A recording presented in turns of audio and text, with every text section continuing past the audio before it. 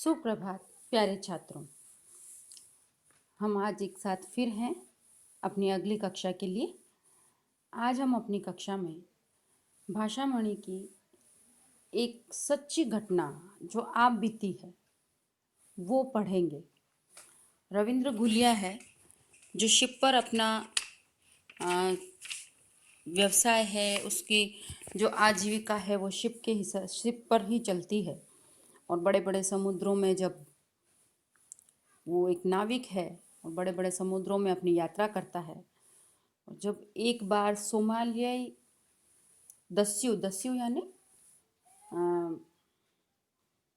डाकू, उन्होंने उनके शिप का यानी उनके नाव का अपहरण कर लिया था। उस समय जो भी उनको महसूस हुआ या जो भी उनके ऊपर बीता है वो सब उन्होंने भाषाबद्ध करके एक आप बीती उन्होंने लिखी है, और आज वही हम पढ़ने जा रहे हैं।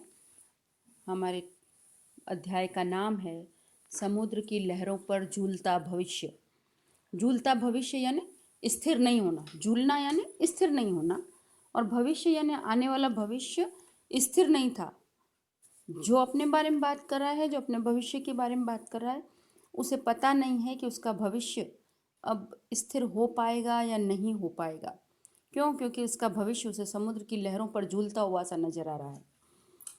ऐसा क्यों?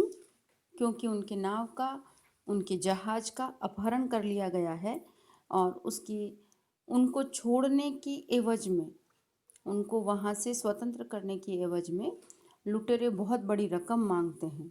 और उस समय जो वो कैद हैं, एक कैदी का जीवन वो जीते हैं, ठीक है, उस समय वो जो महसूस करते हैं वो सब उन्होंने अपने हम सब के साथ अपने इस लेख के माध्यम से बताया है। आइए तो हम पाठ शुरू करते हैं। सोमालियाई डाकू सोचते थे कि कैदियों के चीखने, चिल्लाने और करहाने की आवाज़ जितनी तेज होगी उतनी ही जल्दी उनकी मांगें मान ली जाएगी। करहाना यानी हम जब कष्ट में होते हैं, शारीरिक या मानसिक रूप से, स्पेशली शारीरिक रूप से, जब हमको कोई पीड़ा हो रही है, कोई तकलीफ हो रही है, और उस वक्त जो हमारा स्वर, हमारे मुंह से आवाज़ निकलती है, उसको हम कहते हैं करहाना। दस्यु डाकू, ठीक है, अब वो ऐसा सोच रहे थे कि इन जिनको हमने कैद किया है, अगर उनको हम जितनी ज़्यादा शारीरिक पीड़ा देंगे और वो जितना ज़्यादा तकलीफ देखेंगे उतनी जल्दी उनकी मांग मान ली जाएगी। मांग यानी किसी एक चीज़ को छोड़ने की एवज में या उनकी इच्छा की पूर्ति, ठीक है। जोर जोर से चीखते हुए हमने अपनी कंपनी से गिड़गिड़ाना शुरू किया, प्लीज़ कुछ करो, प्लीज़ कुछ करो, प्लीज़ हमें बचा लो। पर हमारे चीखने और चिल्लाने और गिड़गिड़ाने से बात नहीं बनी। 2 दिन बाद ही कंपनी ने सैटेलाइट फ़ोन का कनेक्शन बंद कर दिया। कनेक्शन के बंद होते ही दस्युओं का गुस्सा और बढ़ गया।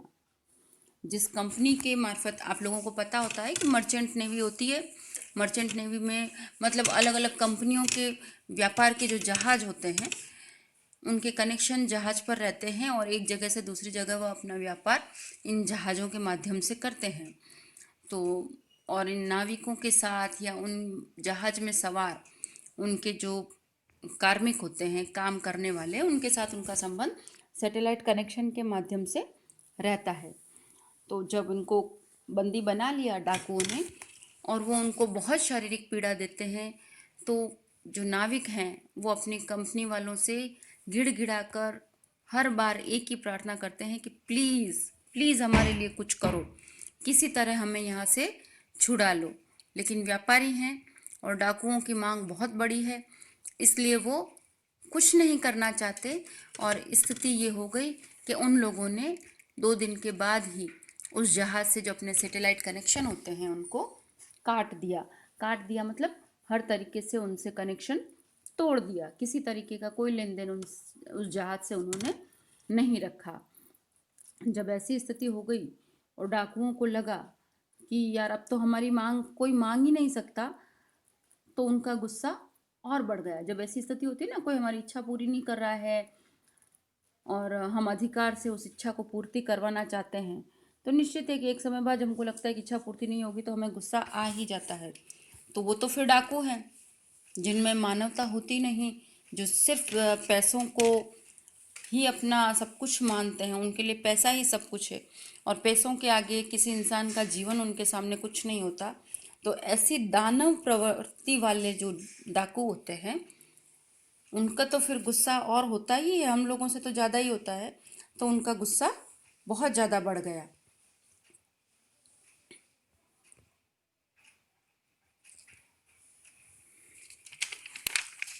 धरती के हर चक्कर के साथ सूरज और चांद का आना जाना लगा रहा। नींद हमारी आंखों से दूर होने लगी। कब दीपावली आई, कब नया साल, कुछ पता नहीं चला। फरवरी आते आते हमें अपनी जिंदगी से ज़्यादा मौत पर यकीन होने लगा। मुझे अपने परिवार से दूर हुए लगभग 9 महीने बीत चुके थे। पिता राजेंद्र सिंह पूर्व फौजी हैं। बचपन से लेकर आज तक उनके प्यार दुलार और डांट फटकार तक याद आने लगी। माँ अंगूरी देवी की याद में पलकें भीगने लगी। शंपा और मैंने प्रेम विवाह किया था। उसके साथ बिताए पलों की याद जीने की इच्छा बढ़ा रही थी। और सबसे प्यारा 3 साल का बेटा युगांत, जिसके हाथों की छुअन मेरी परेशानियों को दूर कर देती थी। मेरा मन कहने लगा कि मैं चीख चीख कर कहूँ, मेरे बेटे, मैं सिर्फ तुम्हारे लिए जीना चाहता हूँ। इतनी जोर से शोर मचाऊं कि मेरी आवाज़ भारत तक पहुँच जाए। सब जान ले कि मैं सिर्फ उन्हीं की खातिर जीता रहा और उन्हें प्यार करता रहा। इसकी गवाही मेरी हर सांस देती है। लेखक रविंद्र गुलिया बता रहे हैं कि जब हमको कैद कर लिया गया तो हमारी स्थिति ऐसी हो गई थी कि हमें सिर्फ सूर्य का आना, चंद्रमा का आना हमें ये दिखता था, लेकिन दिन कहाँ बीत रहे थे हमें नहीं पता। स्थिति ऐसी हो गई थी कि हमें नींद भी नहीं आती थी। हमें ये भी नहीं पता कि दुनिया में क्या हो रहा था, क्या चल रहा था, कौन सा त्योहार आया, कौन सा त्योहार नहीं आया। उन्हें कुछ पता नहीं था। बस वही एक कारागृह में उनकी आंखें खुलती, आंखें बंद होती और इसी तरीके से वो जीवन जी रहे थे। और यह कैद की अवधि लगभग इस तरीके से 9 महीने बीत चुकी थी। 9 महीने की अवधि तक वो लगातार अपने कैद में थे। इन 9 महीनों में उन्होंने जो महसूस किया, उन्होंने ये बताया कि हमारी स्थिति ऐसी हो गई थी कि हम सब अपने अपने दिन याद करने लगे थे और लेखक की हालत ऐसी हो गई थी कि वो अपने बचपन से लेकर जब तक बड़ा हुआ अपने पिता को याद करने लगा। उनका प्यार, उनकी डांट फटकार, अपनी माँ का प्यार, अपनी पत्नी, अपना बच्चा, हर समय वो उन्हीं को याद कर रहा था। और स्थिति मानसिक ये हो गई थी कि अब उन्हें यूँ लग रहा था कि अब हम नहीं बचेंगे। उन्हें अपने जीवन से भी ज़्यादा विश्वास किस बात पर हो रहा था कि अब हमारी अंतिम सांस आने वाली है, हमारी मृत्यु आने वाली है। ठीक है। और जब वो अपने परिवार के बारे में सोचते तो उनकी पलकें गीली होने लगती। पलकें गीली होना मतलब आंखों में आंसू आ जाना। इस तरीके से उनका जो समय बीत रहा था और एक जो बेचैनी उनकी हो रही थी, उसमें वो अपने बच्चे को याद कर करके मानसिक रूप से ये सोच रहे थे कि बस मैं इतना ज़ोर से चिल्लाकर अपने बच्चे को आवाज़ दूं और मैं उसे बताऊं कि मेरी हर एक श्वास मैं सिर्फ इसलिए ले रहा हूं क्योंकि मैं उनसे बहुत बहुत और बहुत ज़्यादा प्यार करता हूं। खातिर खातिर यानी उनके लिए। इस स्थिति में रविंद्र गुलिया की मानसिक स्थिति चल रही थी। आगे वह लिखते हैं, हमारी दुनिया 22 लोगों की हो गई थी। मिस्र के 11, पाकिस्तान के 4, श्रीलंका का 1 और हम 6 भारतीय थे। जम्मू के N.K. शर्मा, मुंबई के सचिन, अंबाला के सतनाम सिंह, शिमला के प्रशांत चौहान, बीजू और मैं। लहरों पर सवारी करने वाली हमारी यह टीम अब सोमालियाई दस्युओं की दया पर अपनी सलामती की दुआ मांगती। कैद में एक एक दिन काट रही थी। कैद के लंबा होने के साथ ही हमारी दोस्ती भी ज़्यादा मजबूत होने लगी थी। हम सभी एक दूसरे को सांत्वना देते और एक दूसरे के लिए प्रार्थना करते थे। कभी कोई हताश हो जाता और जीने की उम्मीद खो देता तो बाकी उसे सांत्वना देते कि अभी उम्मीद खत्म नहीं हुई है।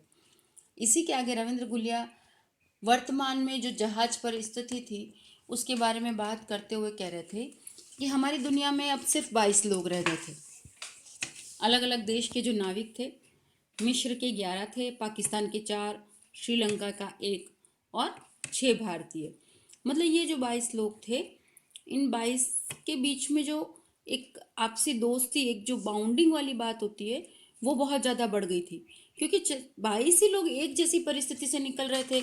उन सबको अपने अपने घर की, परिवार वालों की याद आ रही थी। उन्हें किसी को पता ही नहीं था कि वो अब अपने घर जा पाएंगे, नहीं जा पाएंगे। ऐसा उन्हें कुछ भी पता नहीं था।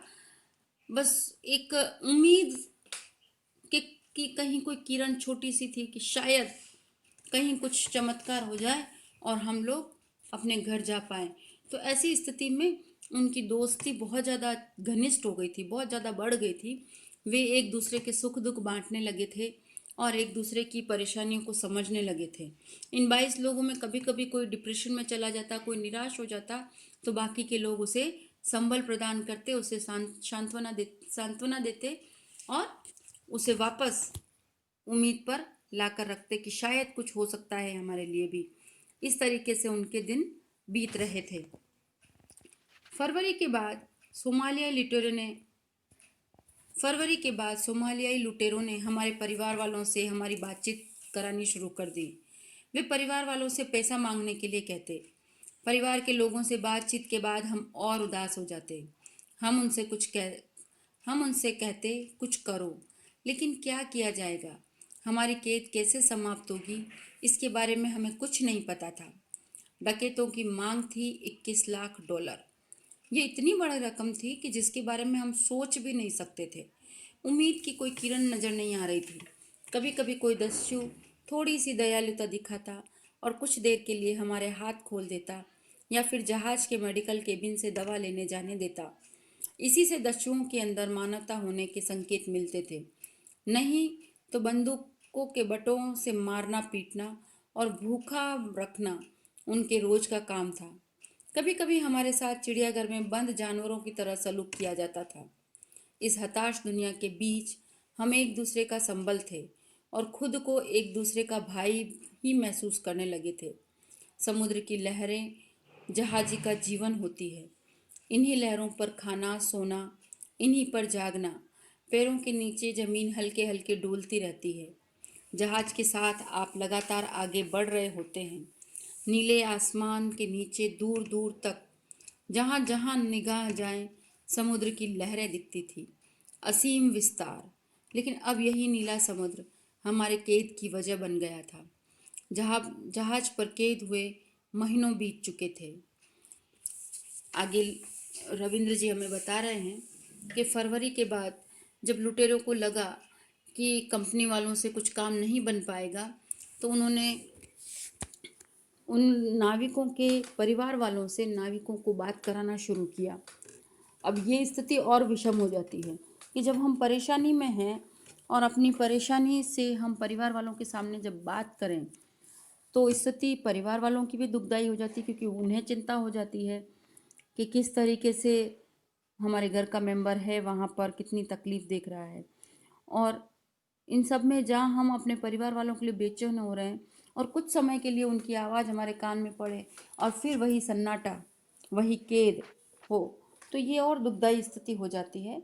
लेकिन डाकू उनको अपने परिवार वालों से बात करा रहे थे और उनके पीछे उनका जो मकसद था, उनका जो स्वार्थ था, वो ये था कि आप अपने परिवार वालों से फिरौती की रकम मांगे, यानी हमारे लिए पैसे मांगे। और जो डाकुओं की मांग थी, जैसा कि मैंने पहले ही कहा कि बहुत ज़्यादा थी। 21 लाख रुपए, $21 लाख, सॉरी, 21 लाख रुपए से भी कहीं ज़्यादा। आप लोग समझते हैं डॉलर की कीमत बहुत ज़्यादा है। तो इतनी बड़ी रकम किसी के परिवार वालों के लिए चुकाना बहुत मुश्किल था, लेकिन ये मांग उनके द्वारा की जा रही थी। इसी के साथ रविंद्र जी कहते हैं कि कभी कभी वो हमारे हाथ खोल देते थे और कभी कभी मेडिकल केबिन से हमको दवाई लेने के लिए भी भेजते थे। तो जब ऐसी स्थिति आती थी तो उन नाविकों को लगता था कि शायद कहीं मानवता के कुछ अंश इन डाकुओं में हैं, वरना नहीं, वरना तो उनकी हालत बहुत जानवरों जैसी थी। कहीं बंदूकों की बूटों से, बंदूकों की बूट मतलब जो बंदूक के पीछे का जो हिस्सा होता है जहाँ से हम पकड़ते हैं वो थोड़ा ठोस होता है और उसकी बहुत तेज लगती है, उससे वो उनको मारते थे। जानवरों की तरह सुलूक किया जाता था। सुलूक यानी व्यवहार, ठीक है। ऐसी स्थिति में जब कोई भी हताश हो जाता था तो वे सब 22 जने एक दूसरे के संबल बनते थे और एक दूसरे को भाई की तरह एक दूसरे के सपोर्ट पर, एक दूसरे के विश्वास पर खड़े होते थे। इसी के बाद रविंद्र जी बता रहे हैं कि हम नाविकों का जीवन समुद्र का जीवन ही होता है। समुद्र की लहरें हमारी जीवन होती है और इन्हीं लहरों पर हमारा खाना पीना, सोना, उठना, बैठना, दैनिक जीवन हमारा इन्हीं के ऊपर चलता है। और पाँव के नीचे जब जहाज की वजह से धरती डोलती हुई नजर आती है, क्योंकि पानी में जहाज चल रहा है, निश्चित है वो थोड़ा थोड़ा डोलता हुआ ही चलता है। और धरती के नीचे जब जहाज डोल रहा है तो पाँव के नीचे हमको वो डोलने का महसूस होता रहता है। आप लोग सभी नाव में बैठे ही होंगे तो आप लोगों को इस चीज़ का एहसास होगा। तो कह रहे हैं कि, और रविंद्र जी कह रहे हैं कि जहाँ तक नजर डालो चारों तरफ नीला नीला समुद्र, यानी ये जीवन बड़ा सुंदर जीवन रविंद्र जी को लगता था कि, और सभी नाविकों को ऐसा जीवन बड़ा सुंदर लगता है, चारों तरफ एक प्राकृतिक नज़ारा। लेकिन जब वही कैद बन गया तो स्थिति भयावह हो गई, बड़ी खतरनाक हो गई कि अब जहाँ भी नज़र है असीम विस्तार पानी का, यानी चारों तरफ विस्तार ही विस्तार है, कहीं कुछ भी हमें नज़र नहीं आता है। तो यही नीला समुद्र, यही सुंदरता हमारी कैद बन गई थी और इस कैद में हमको महीने बीत चुके थे।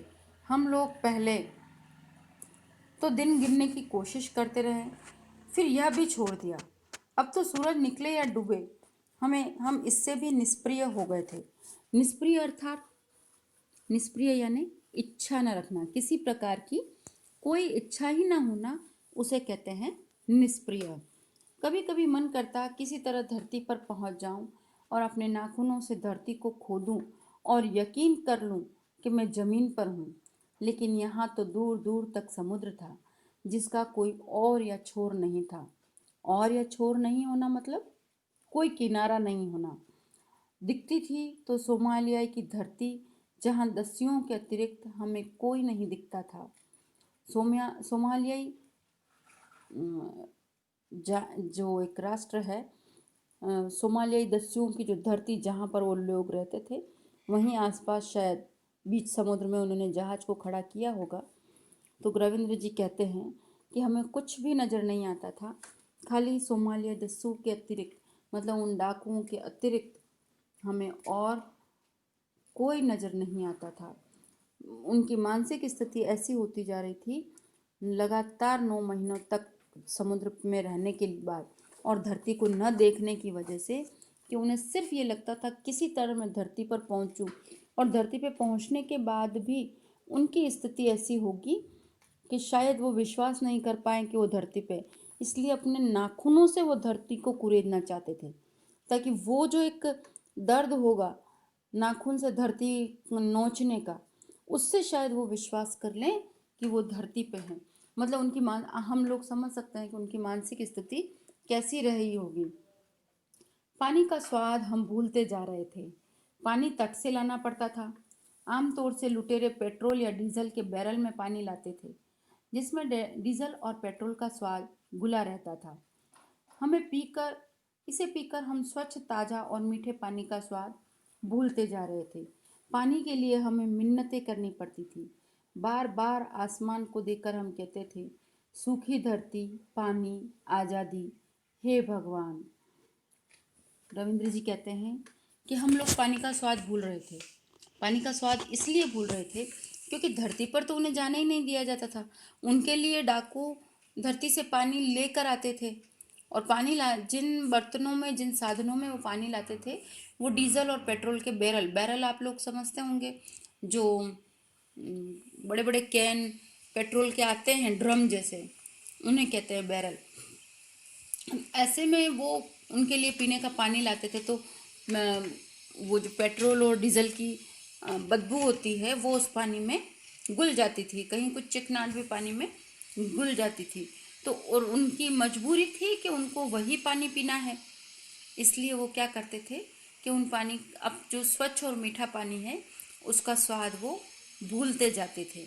आमतौर पर, आमतौर का अर्थ क्या होता है कि सामान्य, सामान्य तरीके से, या हमेशा, हमेशा की तरह।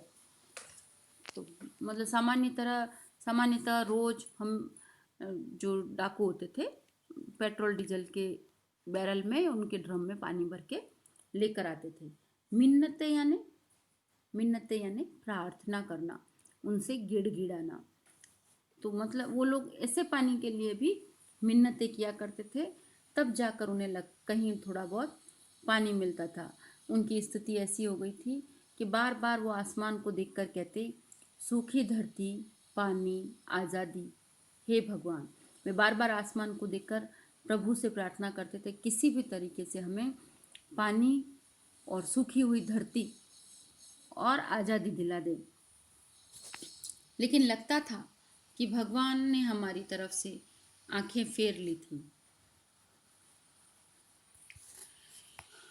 आंखें फेर लेना यानी किसी की तरफ से हम सोचना बंद कर दें, किसी की तरफ से किसी के बारे में सोचना बंद कर दें, इस तरीके की स्थिति। कोई हमारी बात नहीं सुन रहा। शंपा से बात होती तो कभी उम्मीद जाग उठती, कभी मर जाती। लगातार कैद में रहते रहते हमारे चेहरे सूख गए। समुद्र के पानी से नहाने के कारण हमारे शरीर हमेशा चिपचिपे से लगते। कुछ लोगों को फफोले भी पड़ने लगे थे। मेडिकल केबिन में दवाइयाँ लगभग खत्म हो गई थी। अपनी बीमारियों और परेशानियों को हम एक दूसरे से बांट कर ही कम कर रहे थे। हम सभी ने अपने जीवन के एक एक किस्से को कई बार दोहराया। सबने सबकी कहानी सुनी। इसी इसी बीच शंपा ने बताया कि पाकिस्तान के मानवाधिकारवादी हमें छुड़ाने का प्रयास कर रहे हैं। किसी तरह हमारी रिहाई संभव हुई। 14 जून को हमें छोड़ा गया। पहले हमें कराची ले जाया गया। वहाँ से फ़्लाइट द्वारा हम दुबई पहुँचे और फिर वहाँ से दिल्ली। अब घर पहुँचा तो लग रहा है मौत के मुंह से बाहर आया हूँ, जैसे एक ज़िंदगी के बाद दूसरी ज़िंदगी मिल गई है। इतना सब जब वो भगवान से प्रार्थना कर रहे हैं रविंद्र जी, और रविंद्र जी के साथ दूसरे सारे नाविक, और वो बता रहे हैं कि इतनी प्रार्थना के बाद भी हमें ऐसा लगता था कि भगवान को हमारी सुध ही नहीं है, भगवान हमारे बारे में सोचना ही नहीं चाहता है, कोई भी हमारे बारे में नहीं सोचना चाहता है। डाकू जब शंपा से बात कराते, शंपा यानी उनकी पत्नी से, तो कभी तो उन्हें यूँ लगता कि जैसे उनकी पत्नी कभी संबल देती तो उन्हें लगता कि हाँ उम्मीद बाकी है अभी, और कभी कभी उन्हें लगता कि यह उम्मीद मर गई है। उनकी शारीरिक स्थिति ऐसी, मानसिक स्थिति से तो वो प्रताड़ित थे ही, शारीरिक स्थिति भी उन लोगों की बहुत ख़राब हो गई थी, क्योंकि उनके चेहरे सफ़ेद से हो रहे थे। लगातार समुद्र के पानी से नहाना या उसी से अपने नित्य कर्म को फ्री से निवृत्त होना, उस वजह से उनके शरीर हमेशा चिपचिपे से लगते थे और उन लोगों के शरीर पर फफोले पड़ने लग गए थे। ऐसा क्यों हो रहा था? आप लोगों को पता है कि समुद्र का पानी नमकीन होता है, उसमें बहुत सारा नमक होता है जो हमारी स्किन के लिए हार्मफुल होता है, बहुत हानिकारक होता है। तो यही कारण था कि उनके शरीर हमेशा चिपचिपे से रहते थे और उन पर फफोले पड़ते जा रहे थे। मेडिकल केबिन में भी लगातार दवाइयों का उपयोग होने की वजह से अब दवाइयाँ ख़त्म सी हो गई थी, इसलिए वो अब अपनी बीमारियों को भी झेलना उनकी मजबूरी सी हो गई थी। वो लोग आपस में हिल मिल कर रहते थे। प्रत्येक जना अपने अपने किस्से सुनाता था और स्थिति ये हो गई थी कि हर एक के मुंह से हर किस्से को वो बार बार सुन चुके थे, लेकिन फिर भी बिल्कुल सामान्य के साथ एक नए सिरे से वो उनका किस्सों को बार बार सुनते थे और एक दूसरे के साथ अपनी तकलीफ़ें को बांट रहे थे।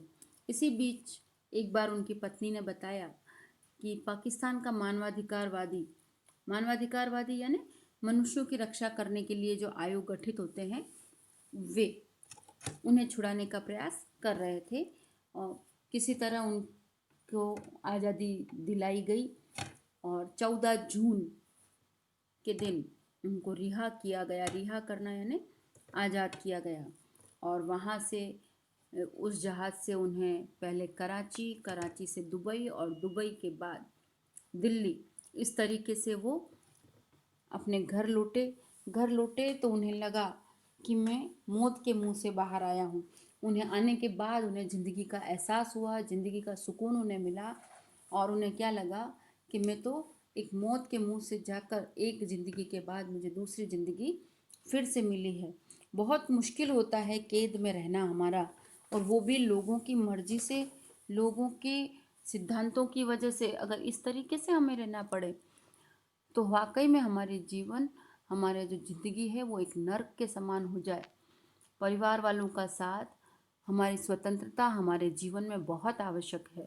कभी कभी ऐसी अनपेक्षित मतलब उम्मीद के परे कुछ ऐसा जीवन हमें अगर जीना पड़ जाए तो वो हमारे लिए बहुत और कठिन ही होता है। एक सच्ची आप बीती है रविंद्र जी घुलिया की, जो कि दिल को दहलाने वाली है। वाकई में इस तरह से डाकुओं के सायों में रहना बहुत कठिन है। मुझे उम्मीद है कि आप लोगों को ये घटना अच्छी लगी होगी, आपको समझ में आई होगी, और इस घटना को सुनने समझने के बाद आपको लगा होगा कि परिवार और परिवार के बीच हमारा जीवन कितना सुरक्षित है और हमारे लिए कितना ज़रूरी है।